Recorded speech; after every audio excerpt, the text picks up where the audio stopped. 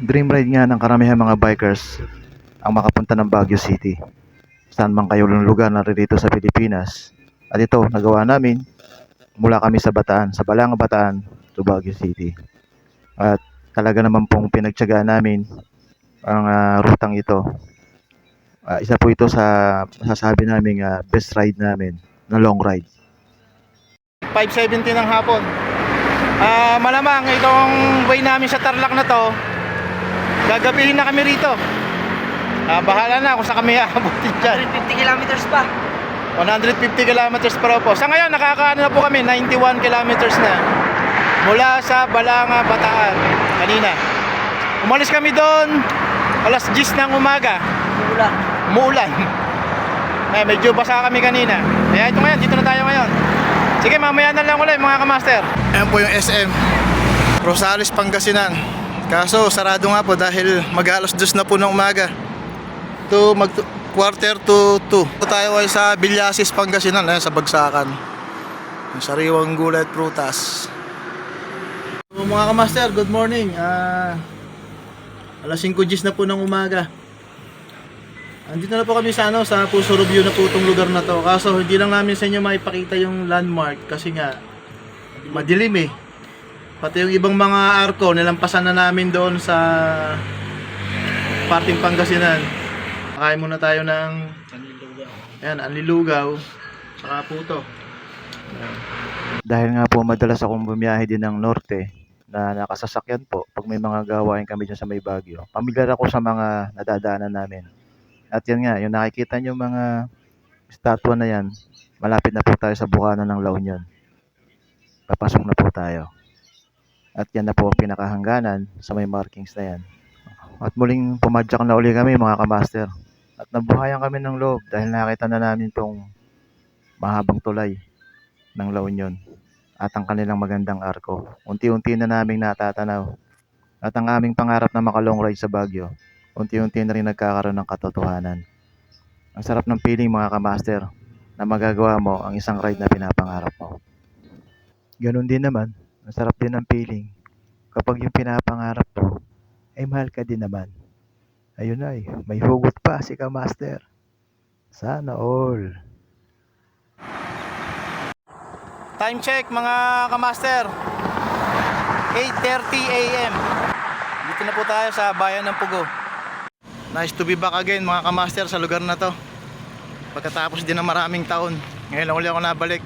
Ang kagandahan pa nito, nakabike lang ako ngayon for the first time. Sarap ng feeling. Nagpahinga muna kami sa Pugo, La Union. At kinabukasan na kami umakyat ng Baguio, alas 5 ng umaga. At ito nga, yung nakikita ninyo mga kabataan na yan, ang nakasabay namin.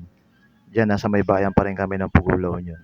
At sinama na namin sila at total, isa lang din naman kami ng pupuntahan sa Baguio City rin. At yung mga kabataan na yan ay talaga namang mga naka-road bike at malalakas. Kita nyo naman sa itsura nila. At sabi nga nila, ay sama-sama na raw kaming pumadyak. Ayan na sina John Ren, sina Alvin, si Cedric, at si Alvin. Magpipinsan yung 4 na kabataan na yan. At salamat din sa kanila dahil sinamahan nila kami doon sa Baguio City. At maya-maya lang, konting pagpapakilala pa sa isa't isa, lumarga na rin kami ng padyak para mas maaga kaming makarating sa Baguio City. Dito ako bumibilib sa mga biker Pag nakakakita ako ng ganitong upuan, ito po, wala po tong foam. Purely plastic lang po yan. Pero nagtataka rin ako, pero ang tibay ng mga wet packs nila. Grabe. Ayan Ano kina? Ang mga idol natin Ano nyo? Lalakas ito mga to. Kinakantahan lang tayo nito mga to. At nagsimula na nga mga kamaster ang kalbaryo ng mga ahon papuntang Baguio City. Kitang-kita nyo naman ang mga kabataan na yun, ang lalakas po nila. Kumakanta lang habang maahon. Samantalang kami talaga namang tinatsaga lang namin. At nakakakuha kami ng inspirasyon sa mga kabataan ito para makaya rin namin ang long ride na ito papuntang Baguio City. Matinding determinasyon talaga ang gagawin mo rito. Kung gusto mo talagang yung pangarap mong dream ride na ganito papuntang Baguio, magawa mo. bukod sa practice, kailangan talaga ang decision mo sa sarili mo ay magagawa mo talaga siya. Hindi ka talaga susuko kahit anong mangyari.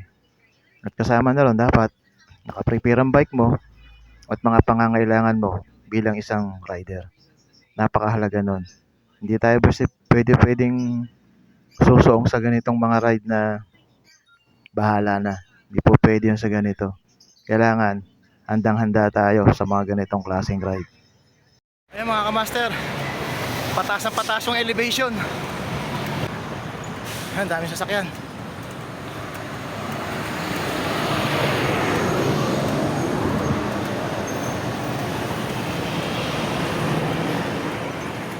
Nauna na yung apat na malalakas. Yun. At na-regroup ulit ang aming grupo dahil nga naplatang kami. Isang kasama namin si Christian. Parang pinakapahinga na rin namin yung kahit pa paano. Pero maya-maya pa nawala na yung mga kasama namin kabataan dahil malalakas nga sila. Nauna na sila sa amin. At malamang meron silang spot na inaantay na lang nila kami. Dahil itong aahonin na ito papuntang Baguio. Mga ahon na ito papuntang Baguio ay mahigit 40 kilometers po mga kamaster. Ayan sila, yung mga gwapo nag-aantay sa amin. Ayan o. Yun nga, kahit nga po yung mga malalaking sasakyan dito, talagang hirap na hirap sa ahon. Ayan, kitang-kita nyo kung paano gumagapang ang mga truck na ito. Pero loaded yan, siyempre, kaya hirap sila. Napakaraming sasakyan. Kaya ingat din kami dahil konti lang ang distansya pagitan namin sa daan eh. Marcos Highway po pala yung dinadaanan namin eh. May mga lalakas sa likod natin. Ayan o. Mga idol. Ang spot na iyan, ang Palina Store, ay isa sa mga stopover din ng mga bus na umaakit ng Baguio City para makakain ng mga pasahero at makapag-CR din. At dyan din kami huminto at merienda para makabawi ng lakas. At mahaba-haba pa, marami pa kaming aahunin talaga sa pagkakataon na iyan. Konting kwentuhan, konting kulitan para mawala ang pagod. Merienda muna kami, mga master. Itong nakikita nyo pong bus na yan, papunta po sila ng Baguio. Konting pahinga lang mga kamaster, pumadyak na uli kami. Hindi pwedeng malibang sa mga kwento-kwentuhan at marami-rami pang ahon ang aming gagawin. Kaya sinimulan na uli namin ang pagpadyak.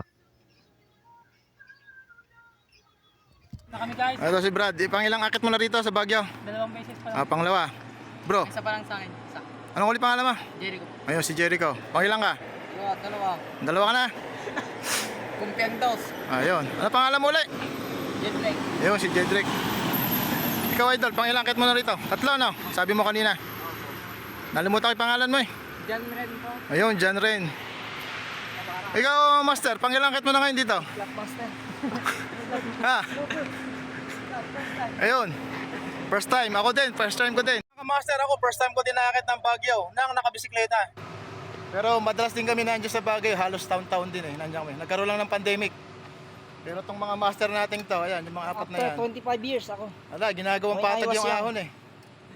Ginagawa nilang patag yung ahon oh. So mga kamaster, magsisimula na uli kaming umiyak dito sa ahon. Mamaya na lang uli. Bye-bye. Nadali namin yung isa sa pinakamatarik sa ahon dyan. Di puta. Grabe. Naliko pa ako dun. Oo nga.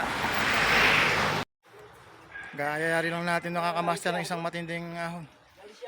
Marami pa daw diyang nag-aabang.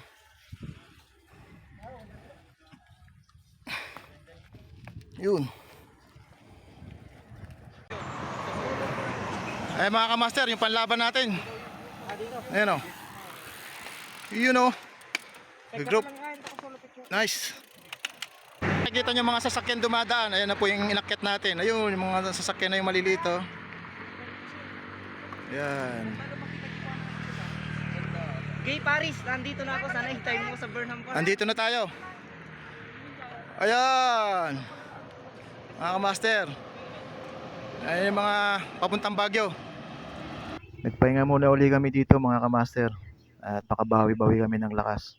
Sa isang tindahan dito. At meron naman silang libreng tubig. Galing bundok. Fresh na fresh po mga kamaster. Ayan.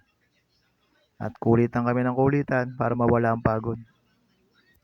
So mga kamaster, ito yung i-offer sa atin ng magandang tanawin pag talagang nagpunta tayo sa mga highest point like Baguio. Ayan. Nauna na yung apat doon kanina. Ito, minto muna kami rito mga kamaster. Ayan. Ganda.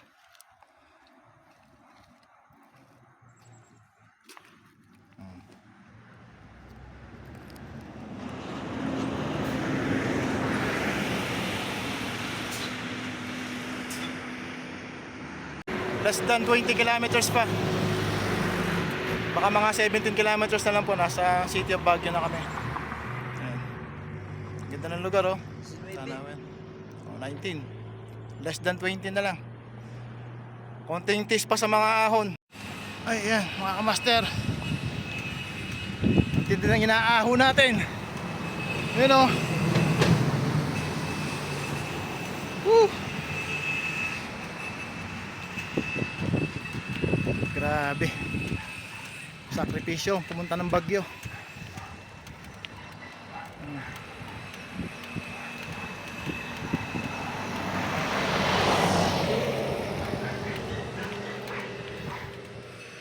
Yun. Hindi na mga ahon. Nakakukuha naman sa tiyaga, unti-unti lang. Kahit di tayo malakas, pagtsatsagaan natin. Mga master, pahinga muna uli kami. Mahaba-haba pa. Wala na ang lakas. Kakain muna kami ng kunting tinapay. Ayan.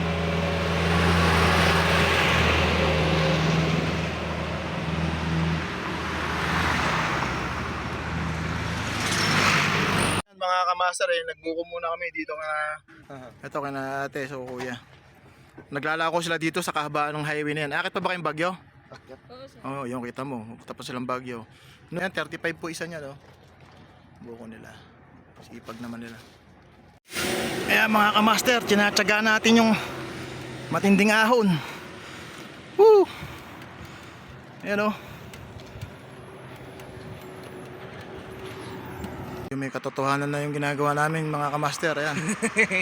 Nakikita na namin yung mga bundok na muusok. Mga kamaster, tuba banggit na po ito. Ayan natin yung mga bahay, mga bangin, bundok. Ayan. At yan. Ayan na po yan. Mga kamaster, medyo nasiraan tayo kanina sa kadena natin. Mga kamaster, 5 kilometers na lang. Ayun dun sa kinahihintuan ng bike namin na yun. Nandun yung marker. Ayan, ang ganda po ng bundok dito. 5 kilometers na lang, nasa Baguio na tayo. Ayan. Tapos doon kami galing kanina, may tunnel doon. Sayang, ganda ng daanan ng tunnel na yun. Medyo hindi lang naayos yung pagkaka-video ko. Ayan, yung mga kabahayan dyan sa may baba. Yun.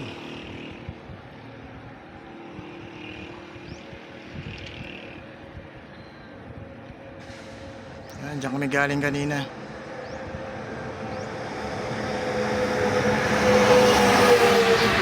So ayan na mga kamaster, ang inaahon natin kanina pa. Walang katapos ang ahon. Ganda ng bundok. Ayan. Payaahonin natin.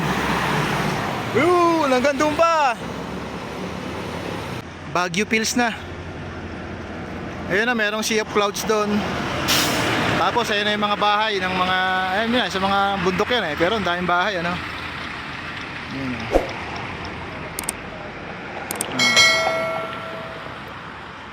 Namumuti yung bundok.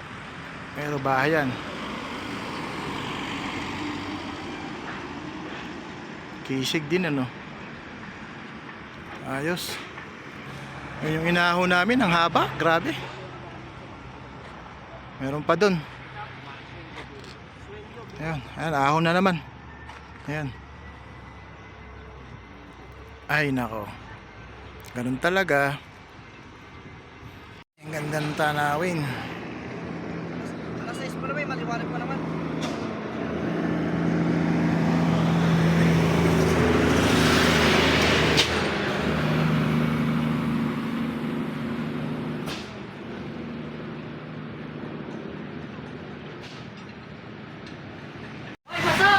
Ayun o.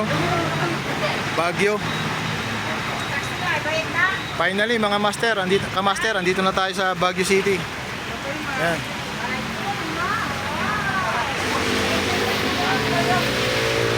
Problema lang, umuulan ngayon dito sa Baguio. Eh, hindi kami makagalaw-galaw ng ano. Ayan, umuulan oh. Umuulan ngayon. Kaya nakasilong muna kami. Master, congratulations! Finally, nandito na kami sa Baguio City. Yun lang, problema, umuulan. Parang mapopurnada pa yung paggagala namin. Sayang naman. Pero bababa pa lang sa kainan.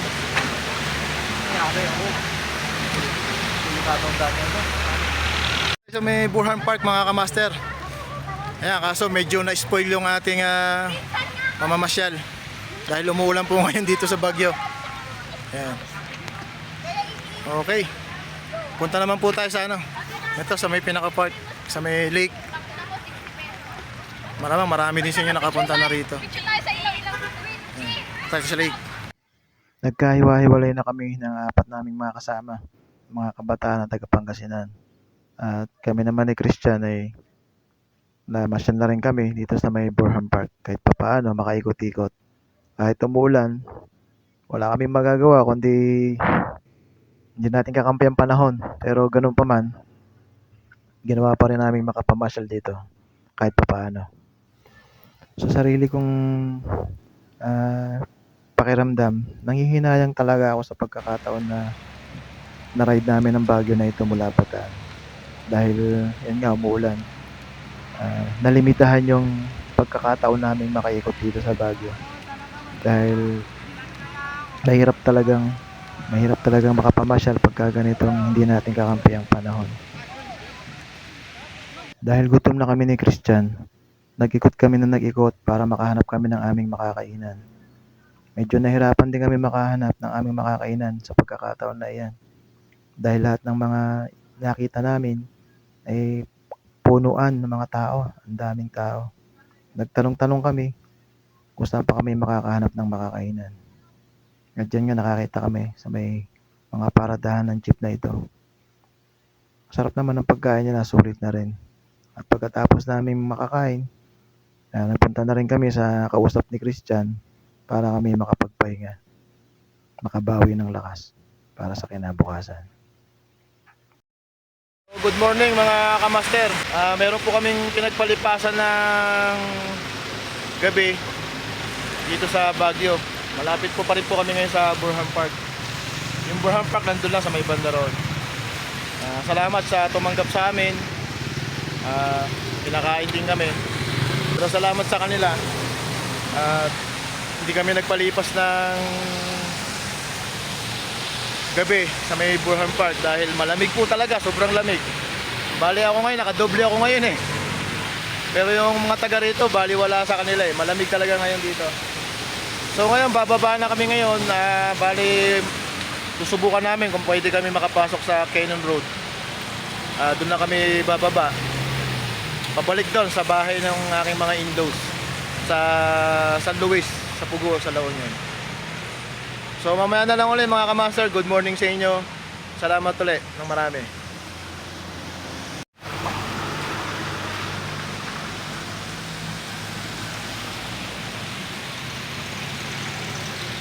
So yun nga mga kamaster. Kagaya ng nasabi namin kanina, akala namin makakadaan kami sa Cannon Road. Nagtanong kami dun sa officer, sa police officer. Hindi raw po nagpapadaan sa Cannon Road dahil nga po, ayan nakita nyo, umuulan. Basa po yung daan, no? Ayan, basa ang daan. At delikado raw po bumaba sa Cannon Road. So ganun talaga. Kahit gusto natin mapuntahan yung Lion's Head, hindi binigay sa atin yung pagkakataon ngayon. Siguro sa pagkakataon na para talaga sa atin. Pagka-ukol, ika nga, bubukol. Kaya ngayon, ang uwi namin ngayon, dito sa Marcos Way ulit. Marcos Highway ulit tayo dadaan. Ayan. Nakailang ahon din kami ng mga daan dyan bago kami makalabas ulit ng city proper ng Baguio City. Medyo pinahirapan pa rin kami kahit palabas na kami ng Baguio. Bukod sa umaahon, ayun nga, wala pa rin tigil ang pag-ulan. Nakakapanghinayang, sobra ako nangihinayang talaga. So yun mga kamaster, pababa na tayo dito sa bundok.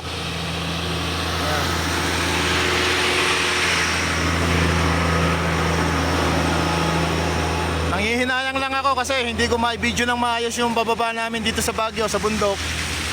Para makita nyo sana yung ganda ng ng daan. Ayan o.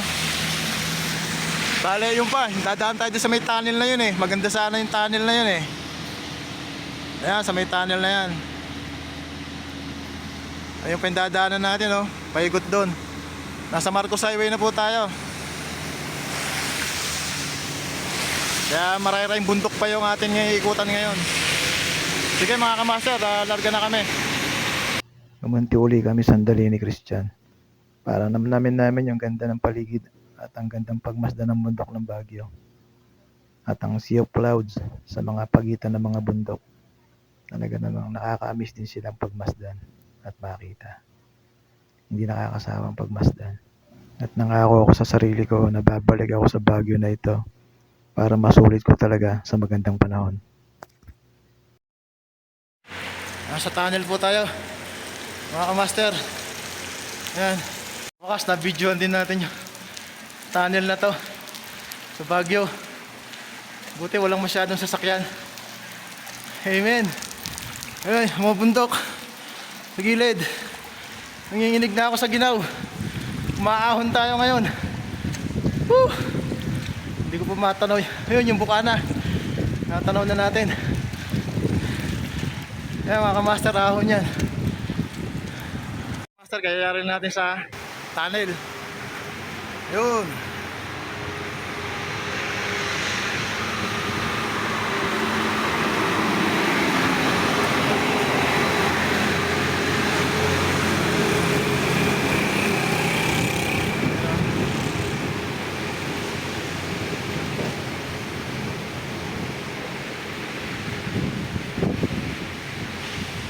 Layo. Diyan tayo galing sa likod ng bundok na yan. Baguio. Doon sa may taas na yun. Ayun ang binaba natin ngayon. Nandito na tayo sa may tunnel. Ito. Pamilya kayo sa tunnel na yan ano. Tapos aahon na naman tayo doon. Yun, paahon na naman. Mga kamaster, nanginginig na ako sa ginaw dito. Bukod sa umuulan, malamig po yung hampas ng hangin. Malakas po yung hangin eh. May bagyo kasing parating. Medyo sakop tong bagyo eh. Kaya ang ginaw, matindi yung nanunot yung lamig talaga niya. Kaya lang, kailangan natin tiisin para makauwi na tayo. Sige, mamaya ulit mga kamaster.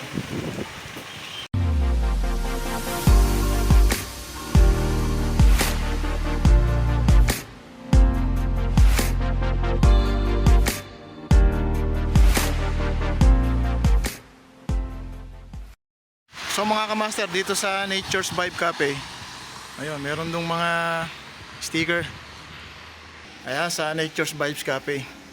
Ayan, marami mga nagdikit na mga stickers dito. Yun nga lang, ala tayong baon ng stickers ng Bataan Bikers United.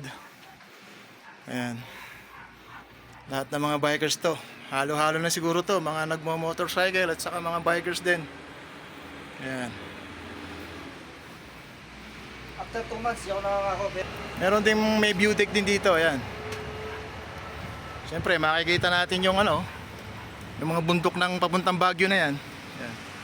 Saka dito sa likod nila, merong view deck ng mga kabahayan sa may bundok. Ayun oh, ganda. So, ayan na yan. Igurit ka rin, Chong. Ayan, ang ganda ng view nila oh. Kami dito eh, pagpakin natin yung bagyo. Nabot lang tayo ng tag-ulan. Ang ganda ng lugar mga kamaster. Ayan o. Ayan yung pinaka-view deck dito sa Nature's Vibe Cafe. Diyos ko, dapat dito 5 araw tayo kami. Bitin ako rito sa 3 araw. Ganda ng lugar. Hindi ko alam kung matutuloy yung gagawin dyan parang sa Island. Ang ganda rito talaga. Ang ganda. Yung mga kuweba-kuweba Ayan, na. taas ng bundok na yun. Ang ganda ng bundok na yun oh. Ito pa yan. Yan. May mga dumadaan dyan. Ayun, nakita nyo yung daan na yun oh. Bato, gusto ko dito. Pataas daw dyan. Nagawa na. Yun. Yung namumuti na yung daan yan eh. May mga dumadaan kaninang mga small vehicles. Layo niyan. Napakaganda rito. Mga pine trees. Hindi aari dito yung 3 araw lang. Ayan, kailangan natin ng siyempre ng sapat na budget. Ayos.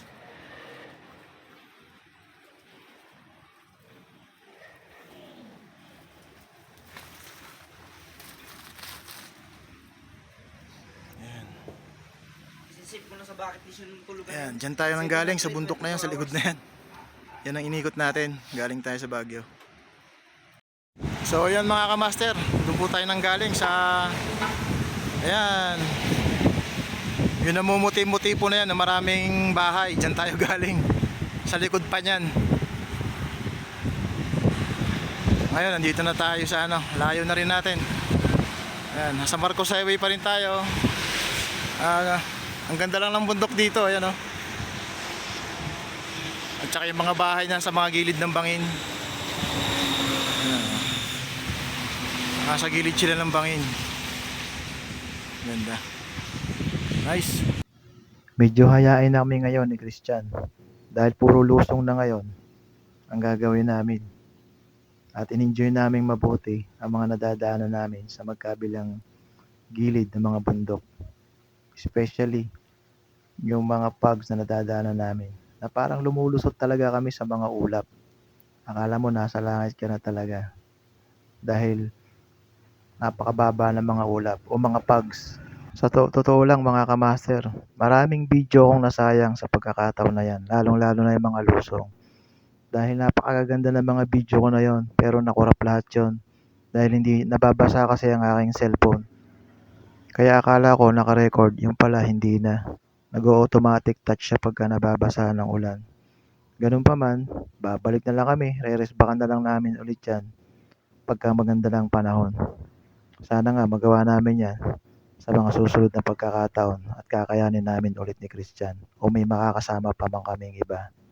Kakaibang experience ang naranasan namin dyan.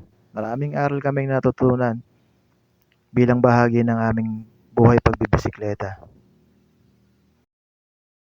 Mga kamaster, halos alas 5 na po ng hapon, 4:48 na po. At nandito na po kami sa crossing po na, ayan, sa papasok ng Baguio, papuntang Ago, papuntang City Hall ng Pugo. Dito na po sa kami sa crossing yan. Dito na po namin tatapusin yung ride namin mula Bataan hanggang Baguio. Salamat kay Christian sa pag-sponsor sa aming mga gastusin.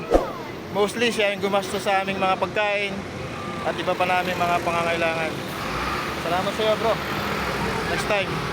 At marami din kami natutunan sa pangyayari na ito dahil may mga kulang pa kaming kailangang i-prepare. Higit lalo yung aming stamina, okay naman.